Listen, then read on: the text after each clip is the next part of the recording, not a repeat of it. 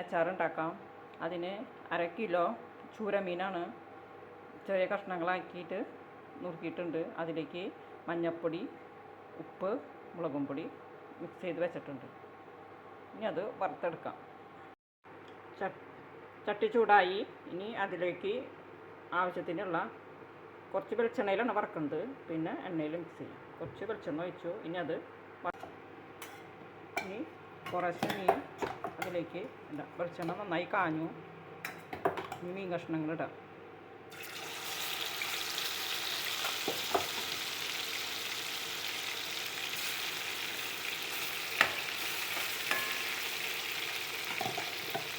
അര കിലോ എന്ന് പറയുമ്പോൾ 2 ട്രിപ്പ് വറുക്കാനുള്ളൂ.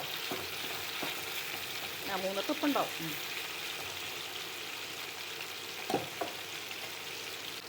ഈ കുറച്ച് കറിവേപ്പില ചേർത്ത് കഴിഞ്ഞാൽ അച്ചാറിന് കുറച്ച് ടേസ്റ്റ് കൂടും. ഇനി അത് മുരിഞ്ഞ് വരട്ടെ. അങ്ങനെ ഒരു പളവ് മീൻ മുരിഞ്ഞ് കിട്ടിയിട്ടുണ്ട്. കണ്ട,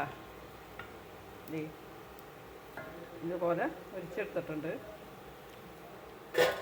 കറ ശബ്ദം കിട്ടുന്നത് വരെ. ഞാൻ മീനച്ചാറും ഇറച്ചിയച്ചാറൊക്കെ ഇട്ട് കൊടുക്കും, പുറത്തേക്ക് കൊടുക്കാറുണ്ട്.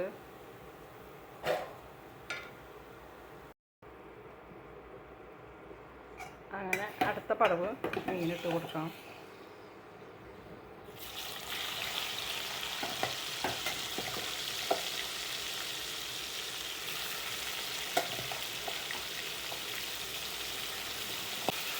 പെട്ടെന്ന് ഉണ്ടാക്കാം മീനച്ചാറ്. ഞാൻ 2 കിലോനൊക്കെ വെച്ച് ഉണ്ടാക്കി കൊടുക്കാറുണ്ട്. ബീഫ് അച്ചാറും മീനച്ചാറൊക്കെ. അച്ചാറിലേക്കുള്ള മീൻ ഇത് കണ്ട കറ ശബ്ദം. എന്നാലും ഉള്ളു ചെറിയ സോഫ്റ്റാണ് കേട്ടോ. ഉള്ളു കാട്ടൊന്നുമല്ല. ഇത് 700 ഗ്രാമാണ് ഉള്ളത്.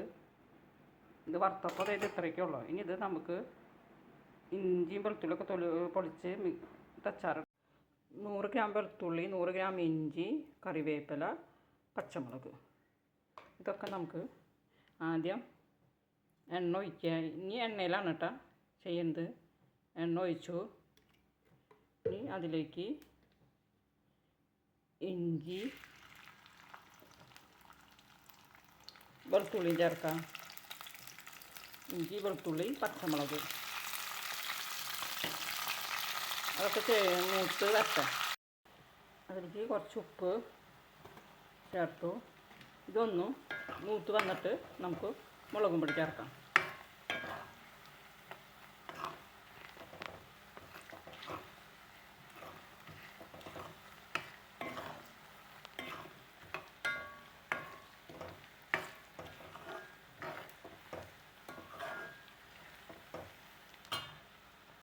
അങ്ങനെ ഇഞ്ചിയും വെളുത്തുള്ളിയും മൂത്ത് വരുന്നുണ്ട്.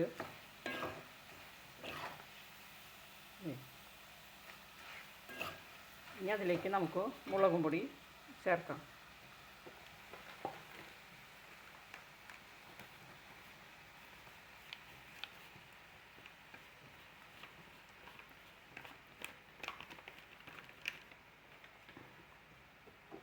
അങ്ങനെ മുളകും പൊടി ചേർത്തു.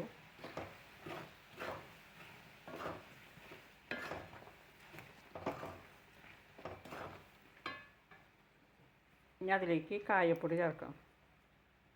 ഈ കായപ്പൊടി കുറച്ച് കായപ്പൊടി ചേർത്തു.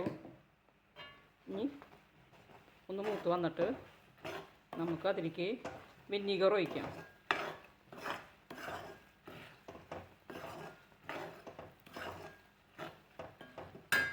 നമുക്ക് അതിലേക്ക് വിനീഗർ ഒഴിക്കാം.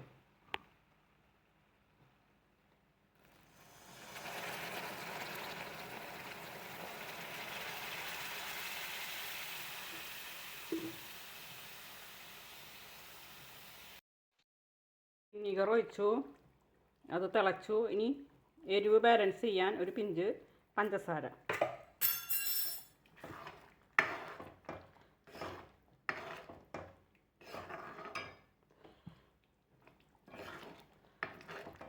പഞ്ചസാര ചേർത്തു. ഇനി നമുക്ക്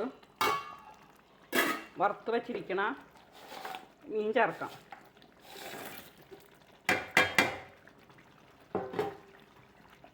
വറുത്ത് വെച്ചിരിക്കുന്ന മീൻ ചേർത്തു. ഇനി ഉപ്പ് നോക്കിയിട്ട് നമുക്ക് കുറച്ചും കൂടി ഉപ്പിടാം.